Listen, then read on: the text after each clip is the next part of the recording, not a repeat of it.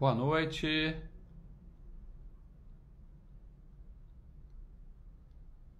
Boa noite, pessoal.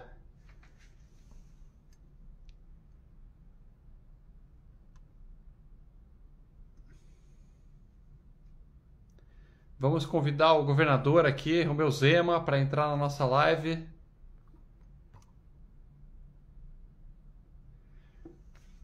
Em alguns poucos segundinhos ele já vai entrar.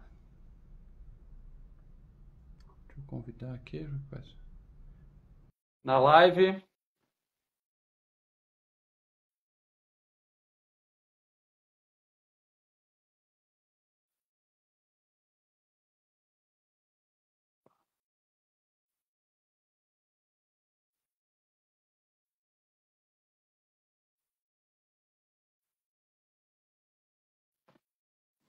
Agora sim.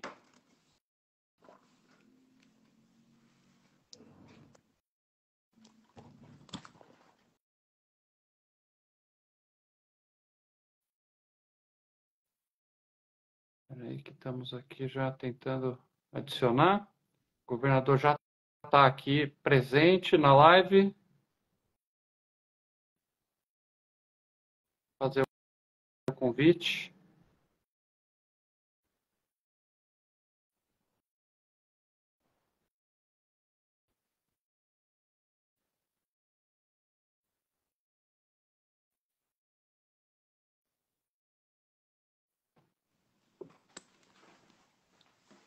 Agora entrou aqui. Boa noite, governador. Boa noite, Alexandre. Prazer estar aí com você. Tudo bem? Tudo ótimo, igualmente. Obrigado por participar aqui dessa live com os seguidores do Ranking, para que mais pessoas possam conhecer o trabalho em Minas, né? Nós temos seguidores, graças a Deus, por todo o Brasil. Vamos conhecer um pouco o governador do segundo maior estado do Brasil, que é, claro, o grande estado de Minas Gerais. Muito trabalho hoje? Bastante. Fui e voltei a Brasília hoje. Tivemos uma reunião lá muito importante com o presidente do Senado, o senador Rodrigo Pacheco.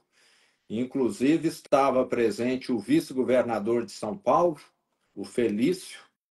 Estava o Cláudio Castro, do Rio de Janeiro, governador do Rio Grande do Sul, Eduardo Leite, governador Caiado, também presente, e o meu vice-governador, que também estava. E o assunto foi a questão da dívida dos estados, Alexandre. Já está até na mídia aí, que o senhor falou que é boas medidas, mas insuficientes, né? As medidas aí propostas pelo Pacheco. Até espero que na verdade, quem está propondo é o Ministério da Fazenda. O senador Rodrigo Pacheco tem contribuído muito, sou muito grato a ele por ter levantado esse tema, porque a União, nos últimos anos, tem cobrado dos estados, Alexandre, uma taxa de juros que eu considero impagável. Aconteceu aqui aquele gráfico boca de jacaré. A despesa aumenta como a mandíbula superior e a receita vai como se fosse a parte de baixo da boca. E à medida que os anos avançaram, tanto Minas Gerais, Rio Grande do Sul, Rio de Janeiro e Goiás perderam a capacidade de honrar seus compromissos em dia, fazer esse pagamento. E São Paulo é o estado que tem a maior dívida, mas proporcionalmente à economia ainda está conseguindo pagar. Mas é muito preocupante. Hoje, para você ter ideia, a taxa de juros, e nós temos de lembrar que Estado, prefeitura não é empresa, a sua empresa cresce aceleradamente, mas um Estado, uma prefeitura, o que cresce muitas vezes é a despesa, já que muita coisa cresce no automático. E essa taxa hoje, pode Só uma falar. perguntinha sobre isso. Porque um tema que a gente sempre conversa aqui no ranking é que no Brasil você tem, claro, o governo federal, o estadual, o municipal, porém o dinheiro e o poder acaba ficando mais concentrado em Brasília, né? Será que isso teria a ver também com a questão do pacto federativo? Quer dizer, o que o senhor pensa sobre esse assunto do governo federal ter as cartas na mão, ter o imposto? o grosso dos impostos? E onde que deveria estar esse imposto, se fosse redesenhar aí o Pacto Federativo, redesenhar o país do zero? Então, eu vejo que nós vivemos hoje como consequência do passado. Muitas vezes aquilo que foi feito ajudou a resolver alguma questão naquele momento, mas cria um problema para o futuro. O setor privado acaba sendo mais ágil em fazer essas correções. A dívida de Minas, Alexandre, ela nasceu na época em que aqueles bancos estaduais foram liquidados. Aqui em Minas Gerais nós tínhamos o Benge, o Cred Real e a Minas Caixa. E o passivo deles foi transferido para o estado de Minas. E desde então a cobrança de juros elevado fez com que essa dívida se transformasse, apesar dos pagamentos. Só eu, na minha gestão, já paguei para o governo federal mais de 5 bilhões de serviço dessa dívida, mas ela está em 160 bilhões de reais. E a correção dela é IPCA mais 4%. Isso aí, nos últimos anos, deu coisa como 10%. Então, só para você pagar o serviço sem quitar o principal, nós estamos falando de 16 bilhões por ano, 1 bilhão e 300 milhões por mês. É um Mais caro do valor. que o governo federal empresta para certas ditaduras aí que tem por aí. Quer dizer, o governo Então, cobra mais caro de um estado da federação, às vezes, do que de países estrangeiros.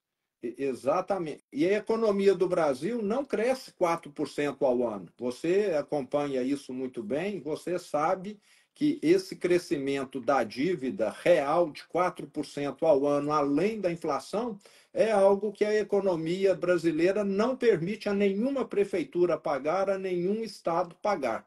Então, Sim. nós estamos lá discutindo uma forma de viabilizar, porque, caso contrário, em vez da situação melhorar, ela vai piorar com o tempo. E o que você falou procede, Alexandre. Tem muito poder concentrado em Brasília. Eu falo que os prefeitos ficam numa situação mais vulnerável, com o Pires na mão, para poder. Aqui em Minas, eles sabem que nós não temos recurso. Não sei se num estado mais rico eles vão até a capital do estado, mas o grosso dos recursos fica em Brasília e nós precisaríamos ser um ente federativo mais descentralizado, com os estados, com as prefeituras tendo mais autonomia. Sim. Deixa eu dar um passo atrás, governador, porque em Minas, claro, você é muito conhecido, porém em outros lugares do Brasil talvez não conheçam tanto da sua história.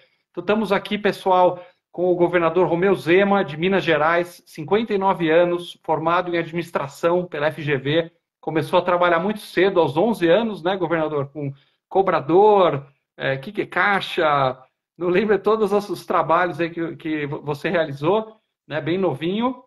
Durante mais de 25 anos, liderou o Grupo Zema, que é um dos maiores grupos econômicos aí de lojas, empresa de gás, etc., de Minas Gerais, um dos grandes varejistas. E aí, acho que você me falou um episódio que eu queria trazer a pergunta, quase que por acaso acabou entrando na política, né, pelo Partido Novo lá na eleição de 2018. Pô, você não quer concorrer, não tem chance nenhuma de ganhar, pode ficar tranquilo, não vai acontecer. De repente foi lá e ganhou. Que você acrescentaria aí para o seguidor que está por todo o Brasil acompanhando essa live? Então, Alexandre, o que me fez entrar na política, eu acho que deve ter sido semelhante ao que te fez criar o ranking dos políticos, uma coisa chamada indignação. Durante os anos de 2015 e 2016, eu estava presidindo a empresa e, naquele período, nós tivemos a maior recessão da história do Brasil. Você vai lembrar que você deve ter sido muito afetado na empresa que você dirige. As vendas caíram 30%. E o que aconteceu naquele momento, Alexandre, é que eu, que durante 25 anos, 30, só contratei pessoas, só ampliei a empresa, tive de fazer o contrário. Eu tive de demitir, reduzir o quadro da empresa em um terço.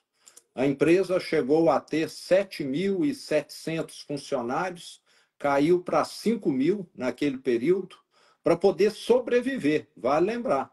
Eu nunca gostei de demitir ninguém, mas para sobreviver, ou você fica com 5 mil ou acaba ficando sem ninguém. E aquela recessão, o que fez ela acontecer? Escândalo, corrupção, governo ineficiente, petrolão, mensalão, mala de dinheiro e muitas outras coisas. E naqueles 2 anos, só o Brasil deu marcha ré. O mundo inteiro, as Américas, a Europa, a Ásia, a África, todo mundo crescendo. Ficou muito claro Igual que agora, não né, adianta governador? As bolsas do mundo inteiro subindo e só a brasileira caindo. só brasileira caindo, por questões políticas. Então, eu comecei a enxergar, eu que sempre fui muito voltado só para a operação da empresa, que não adianta você querer ter uma empresa boa num país ruim. O que vale hoje uma empresa e até mesmo uma casa num país como a Venezuela? Nada. Ninguém quer ir para lá, só querem sair de lá. Então, aquilo me fez acender a luz amarela. E eu sempre tive aqui também, Alexandre, muita má vontade, muitas vezes com relação à licença ambiental, muita demora, muita burocracia. Então, eu sofri muito como agente do setor produtivo e acho que essa indignação foi somando. Aí me chamaram para ser candidato e mesmo contra todas as chances, eu aceitei, porque falei, pelo menos eu vou ter a oportunidade de demonstrar minha indignação. Então, eu vejo que foi muito nessa linha o fato de eu ter entrado na política. Vamos lembrar aqui que o governador foi eleito com mais de 70% dos votos, né, no segundo turno, depois reeleito no primeiro turno. Agora, uma pergunta que os seguidores todos fizeram é que a bandeira do antiprivilégio sempre foi uma coisa muito forte sua. Abriu o primeiro mandato, abriu mão de morar no palácio, aí, no Palácio do Governador, abriu mão do salário, fez doações do salário, e depois houve um aumento aí, generalizado para secretários e para o próprio governador, que muita gente não entendeu. Qual que é a lógica? Como seria a explicação desse tema, governador?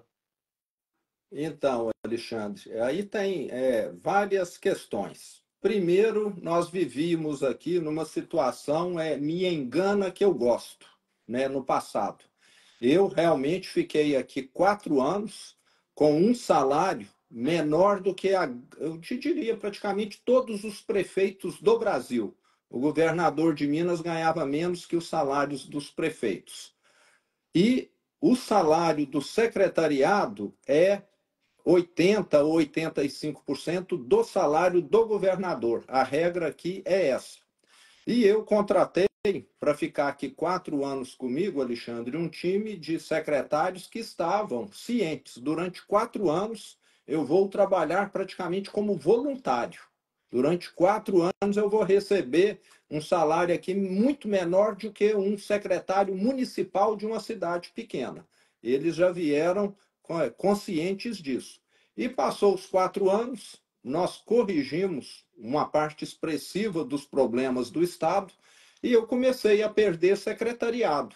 E para corrigir o salário do secretariado, eu tive de corrigir o salário do governador. Mas eu lembro aqui que eu continuo doando uma parte do meu salário. E um detalhe importante, Alexandre: os governadores que me antecederam moravam num palácio que tinha 32 empregadas. Eu não sei o que custaria 32 empregadas. Eu tenho zero. Eu pago aqui a minha diarista. Esses ex-governadores moravam no palácio, tinham a conta de energia, de água, supermercado, tudo pago. O supermercado da minha casa eu pago a minha energia, eu pago a minha água. Eu acho que se colocar tudo na balança, Alexandre, eu devo estar ganhando menos de um quinto do que o último governador ganhava ainda, com tudo que ele tinha. E lembrando também que os secretários no passado estavam de pendurados em diversas empresas estatais aqui, ganhando salário extra por fora, sem estar contando na folha. E você sabe que transparência é a melhor coisa que tem. Então, hoje o secretário ganha aquilo que está lá. Antes ele ganhava muito menos e ficava ganhando por fora. Então, por isso que eu falei, aquele me engana que eu gosto que prevalecia aqui. É o que existe muito hoje, infelizmente, no judiciário ainda. Você olha lá, um magistrado ganha tanto, mas tem aquelas verbas adicionais que ninguém sabe. É o que acontecia aqui. Então, eu acho que a gestão pública precisa primar pela transparência. Em Minas Gerais, hoje, se você olhar no ranking da Controladoria Geral da União, é o estado mais transparente do Brasil. Faço questão, mas os adversários aproveitaram, vamos dizer, essa estruturação, essa transparência para poder falar mal. Mas antes custava muito mais o governador de Minas do que hoje comigo. Esse é um ponto que apareceu bastante, acho que é interessante esclarecer. A gente entende que existe muita demagogia também, de achar que 10 mil é muito, porque o outro ganha 2 mil, mas são cargos extremamente de alta importância. Né? Se pensar qualquer empresa de médio porte, uma empresa hoje no Brasil que fatura 100, 200 milhões ano, ela vai pagar 40, 50 mil reais por mês para um diretor, um bom diretor, essa é a realidade, esse é o salário. E aí a pergunta fica: você quer que um secretário que cuide de bilhões de reais, às vezes 5, 10 bilhões de reais de orçamento, ele ganhe um quarto de um diretor de empresa? Né? Que tipo de secretário você vai atrair? Então, me parece que faz muito sentido, mas é um ponto que apareceu bastante e vale a pena esclarecer mesmo. E aí, o senhor falou de Minas, tem muitos assuntos para cobrir, mas uma coisa que chamou a atenção é esse tema das escolas, né, governador? Porque acho que é o primeiro estado brasileiro que está fazendo concessão completa da operação de uma escola. São Paulo agora acabou de aprovar também concessões, mas só na parte de limpeza e manutenção, então não a operação total da escola. Então, o que você está pensando? Como é que foi a oposição a esse projeto? Como que está indo? Porque é uma coisa, no ponto de vista do Brasil, bastante inovadora. Alexandre, eu esqueci um detalhe importante antes de te responder essa pergunta, que quando eu assumi eram 21 secretarias e eu reduzi para 13. Então ainda tem esse detalhe também, né? Muito menos secretários, o que significa uma folha muito menor. Mas sobre as escolas, nós realmente fomos pioneiros aqui. Mais uma vez, Alexandre, há uma resistência muito grande. Eu falo que no setor público, tudo que você quer inovar, que você quer fazer, inclusive a título, para ver se vai funcionar bem ou não, sempre tem pessoas já manifestando, dando do contra, mas nós temos aqui já, né, numa escala muito menor do que eu gostaria, algumas escolas estaduais que foram concedidas para entidades privadas da área da educação, que tem know-how, que tem tecnologia, que tem conhecimento para estar tocando. E o que nós queremos é comparar, nós não queremos, eu tenho que deixar muito claro, hora nenhuma acabar com a escola pública, mas você sabe que ter comparação é muito bom. E o aluno, se ele puder optar, eu quero esse tipo de escola aqui, eu quero que o meu filho estude nessa escola, é muito bom para o cidadão. Então, estamos aqui hoje com. Eu não tenho o número atualizado aqui, então não me arrisco a falar, mas são escolas que foram concedidas, que está funcionando bem e que tem condição de ser ampliado no futuro, sem tirar direito de ninguém da área da educação. Mas o Brasil precisa lembrar de que o setor privado tem uma gestão muito mais ágil, ele é capaz de corrigir os problemas com mais rapidez. Eu gosto de citar muito um exemplo, Alexandre, quando uma máquina sofisticada, tipo um tomógrafo, estraga no hospital público e estraga no privado. No hospital público, nós temos de fazer uma licitação, nós temos de aguardar, publicar, muitas vezes o segundo colocado questiona na justiça, o equipamento fica lá 6 meses parado. Não sei quantas vidas poderiam ter sido salvas. No setor privado, eles compram um componente e um dia a máquina está funcionando. Então, a diferença na escola é a mesma coisa também. Nós precisamos ter essa, vamos dizer, essa análise do que é melhor, em que lugar, e está fazendo sempre. Então, o que nós estamos fazendo aqui é isso. Você tem assistido aí a questão das escolas cívico-militares estar sendo também muito combatida, que, na minha opinião, é um bom modelo de escola, e cabe ao pai e à criança fazer a opção. Esse negócio do tema do setor público e privado, né, da maior eficiência privada, sem dúvida é uma coisa já muito evidenciada, porém existe todo um campo ideológico no Brasil que combate isso. Então, aproveitando para ampliar um pouco o debate agora para o nível nacional, nós estamos hoje com um governo federal que tem uma visão bem diferente dessa, que lamenta e foi contra todas as privatizações, que está trabalhando para retroceder em certas reformas, como o marco do saneamento, por exemplo, e as privatizações foram feitas. Qual que é a sua avaliação hoje do governo federal? Onde que você concordaria e onde que discordaria do que está sendo feito e do projeto de país que tem hoje? Infelizmente, Alexandre, o governo federal tem, olha, feito, na minha opinião, vários retrocessos. Aquela recessão que eu comentei agora mesmo, de 2015 e 2016, foi provocada muito pelas estatais, os escândalos na Petrobras, e um dos avanços que nós tivemos no Brasil foi exatamente na governança das estatais. Você acompanha, sabe que houve uma melhoria muito grande. E o que estão tentando nesse momento é exatamente retroceder. O marco do saneamento, a mesma coisa, um maior profissionalismo da máquina pública, menos intervenção no Banco Central, que passou a ter autonomia. Então, nós estamos tendo um governo que quer centralizar aquilo que nunca deve ser centralizado. A moeda, uma inflação baixa, é patrimônio da nação e não de nenhum governo, de nenhum estado. A moeda é do povo. E o que nós estamos vendo é um governo tentando fazer, no meu entender, retrocessos. Nós deveríamos estar fazendo mais avanços, inclusive, mais concessões, mais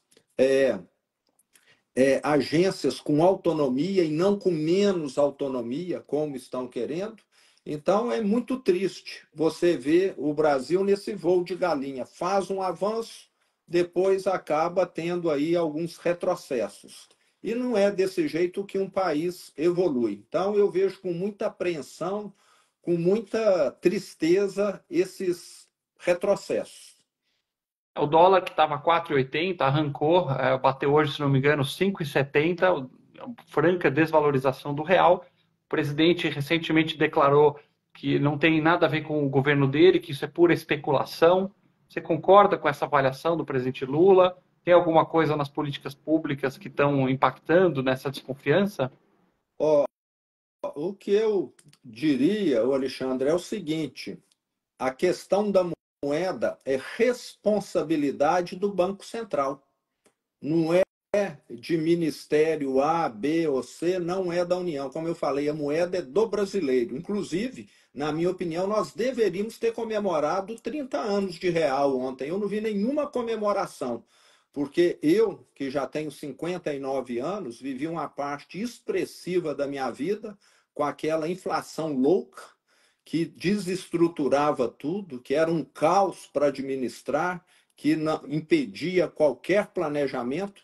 Na minha opinião, uma das maiores conquistas que o Brasil já teve e que tirou milhões de pessoas da pobreza foi o fim da inflação. E agora nós estamos vendo um governo que quer mandar no Banco Central. Quem manda em Banco Central em país civilizado, desenvolvido, é o próprio Banco Central, que tem como função máxima zelar, ser o guardião do valor da moeda.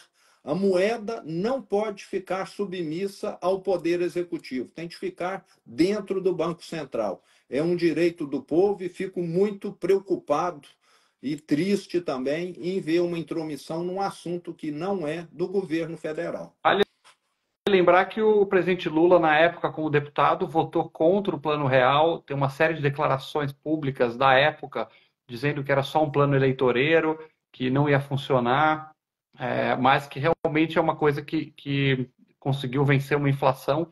Estava levantando aqui, no mês anterior ao Plano Real, a inflação no Brasil tinha sido de 47% somente no mês de junho, mês de maio, perdão, um mês antes do Plano Real, 47% ao mês. O pessoal mais novo nem sabe o que é isso. Você tem que pegar o seu salário. Imagina o povo humilde do Brasil que não tem conta bancária, que não tem índice, esse é fundo indexado à inflação, pega o dinheirinho, tem que correr para o mercado, porque no dia seguinte tem uma galera remarcando o preço todo dia e a cesta básica que ele vai comprar hoje, amanhã não compra mais. É um negócio que as pessoas não têm nem ideia. Com Agora, certeza, foi a medida de governo no Brasil que mais tirou gente da miséria, tenho absoluta certeza. E o partido que se diz protetor dos pobres votou contra. e um, e um partido que agora tem novamente um inchaço de ministérios, né? Na contramão de Minas Gerais, o senhor disse que tem 13, se não me engano, né? 13 secretários hoje. Existe uma outra visão de Brasil que é governo bom é o governo que faz muitas coisas, governo que tem muitos ministérios, governo que tem um ministro para isso, um ministro para aquilo, um ministro para aquilo, que tem um aparelhamento, né, uma robustez da máquina pública grande, isso custa caro e isso acaba necessitando mais impostos ou aumentar o buraco, ou as duas coisas juntas, impostos e maior buraco das contas públicas. Então, que é a sua opinião sobre essas duas visões? De governo pouca gente e governo versus muito inchado, com muitos ministérios. Alexandre, eu falo que governo é igual um condomínio. Não sei se você mora em condomínio, mas Mora em penso que condomínio. algumas pessoas que estão aí nos acompanhando devem morar em condomínio. Quanto mais enxuto a estrutura do condomínio, menor a mensalidade que se paga para o condomínio. Mais recursos sobram para poder melhorar o jardim, para poder melhorar a área de uso comum e assim por diante. E a lógica do governo, o raciocínio é o mesmo. Quanto mais inchado um governo, mais imposto ele vai ter de cobrar, mais ineficiente ele vai ser. E acho que ninguém que paga condomínio gostaria de ver o pessoal lá do prédio cheio de assessor, viajando para lá e para cá, muito mais para ficar conversando do que efetivamente para ficar trabalhando. E o que nós temos visto, infelizmente, tem sido um governo que não preza pela racionalidade, pelo enxugamento e está querendo aumentar imposto. Isso é o pior, mandando a conta para as pessoas. Então, na minha opinião, nós estamos fabricando de novo aquela crise de 2015 e 2016. Só que ela não aparece rapidamente. Começa com um déficit, depois vem um aumento de juros, depois uma recessão enorme e tudo acaba acontecendo. É um efeito que demora 2 anos, 3 anos, mas que chega. Então, eu vejo com muita apreensão essa gastança desmensurada que tem acontecido, porque uma hora a conta vai chegar. Você sabe que não tem como ser diferente. Vai vir inflação, vai vir juros altos, vai vir recessão, é só questão de tempo. Nunca deu certo em lugar nenhum do mundo um governo que fala que gastar é a solução. E, governador, para a gente encerrando aqui a nossa live, a pergunta que todo mundo quer saber, todas as pessoas no chat curiosas, torcendo aqui, perguntando, 2026, o senhor será candidato à presidência? Alexandre, no início você me perguntou, quando me convidaram aqui para ser candidato a governador em Minas, eu acabei aceitando, apesar de nunca ter atuado na política, muito por indignação, muito por ter ali a oportunidade de demonstrar durante a campanha, principalmente, os erros que eram cometidos. E o meu ciclo aqui em Minas ainda tem mais 2 anos e meio. Então, o meu foco aqui hoje é resolver as questões que nós ainda temos aqui em Minas, que são importantíssimas, como essa questão da dívida, que eu fui lá hoje a Brasília para ver o que pode ser feito. Nós temos ainda muita estrada para recuperar, temos 5 hospitais regionais de grande porte para concluir e entregar para o mineiro, mas nós, governadores de centro-direita, temos conversado muito, temos nos aproximado e, no que depender de mim, eu já falei para eles, eu estarei apoiando o nome que o grupo vier a analisar como aquele que seja o mais viável. E eu quero muito participar da eleição de 2026 como governador de Minas. Em 2022, você acompanhou, eu participei ativamente das eleições presidenciais, sendo governador aqui, apoiando o candidato que eu considerei mais adequado naquela eleição. E, para mim, não faz diferença se eu tiver de varrer as ruas de Brasília ou ser candidato a presidente. O que eu quero é contribuir com o Brasil. Mas a prioridade hoje é Minas e isso vai ser discutido lá na frente. Então, é algo que terá de ser construído, baseado em pesquisas, baseado em alianças políticas, com muito diálogo entre os envolvidos, mas eu quero estar ajudando o Brasil. O Brasil é carente de bons políticos. Eu costumo dizer que muitas vezes entra na política, Alexandre, acho que você que acompanha já deve ter assistido isso, quem já fez muitas coisas na vida, tudo deu errado, aí ele fala, vou ser candidato agora. E às vezes acaba ganhando uma eleição e acho que o desempenho já está escrito como que vai ser, né? Então, eu acho que nós temos de dar exemplo. Eu estou numa fase da minha vida que a empresa está profissionalizada, que ela funciona bem. Você tem um sócio aí que eu acho que está numa situação semelhante à minha, que foi para a área pública também para contribuir. Então, o Brasil precisa de gente capacitada no setor público e acho que nós temos essa missão pela frente. Sim. Entendi que, de certa forma, vai ter um nome vindo do governo, possivelmente a reeleição do presidente Lula, eventualmente uma outra pessoa do mesmo grupo político. Do outro lado, da centro-direita, vai acabar se consolidando um ou dois nomes e depois vai ter que virar um nome, porque só existe espaço político hoje no Brasil para dois grandes blocos. Caso o seu nome se consolide, você estaria aberto a considerar, né? Ou caso seja um outro nome, estaria aberto também a apoiar. Recentemente saiu até uma notícia que, se for o caso, até mesmo como vice, você consideraria para esse projeto, né, governador? Alguma coisa assim? Isso, eu vou estar realmente participando e, se for preciso, se o melhor nome for o meu, eu serei candidato, sim. Então, para mim, não tem função ruim. Na empresa que eu administrei, como na sua, eu já tive tudo quanto é cargo. Eu queria ver a empresa crescer e quero ver o Brasil dar certo agora. Sem dúvida, o fato de ter sido 8 anos governador é uma coisa que conta muito a favor. É um tema que a gente sempre fala aqui no ranking, que é engraçado que, eventualmente, vamos supor que a pessoa precisa de um piloto para pilotar um Boeing. E aí tem lá 3, 4 candidatos. E um levanta a mão e fala, olha, eu já pilotei um jato regional aqui durante 8 anos. E o outro cara levanta a mão e fala, olha, eu fui pipoqueiro. E na democracia, às vezes, a gente vai lá e vota no pipoqueiro. Então, independente de esquerda ou direita, não estou falando disso aqui. Historicamente, nós temos muitos casos de presidente da República eleito que nunca teve uma experiência de governo no executivo.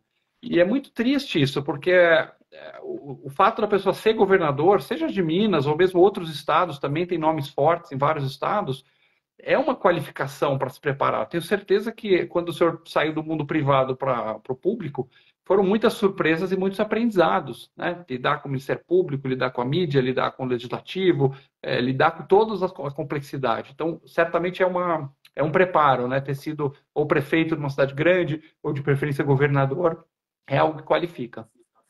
Concordo plenamente, Alexandre. Acho que no setor privado, toda pessoa começa como operacional, vai para um cargo de supervisão, de gerência, depois de diretoria, presidência. não tem como ser um bom profissional se pular etapas. E no setor público, infelizmente, acontece isso. A pessoa nunca administrou nem um barzinho ali com 3, 4 funcionários e às vezes vai ser eleito para administrar uma prefeitura com 5.000 funcionários. E o resultado, com certeza, vai deixar a desejar, porque ter um mínimo de capacidade, de experiência, de bagagem, nós sabemos é fundamental. Ninguém vai administrar uma grande empresa sem nunca ter administrado nada.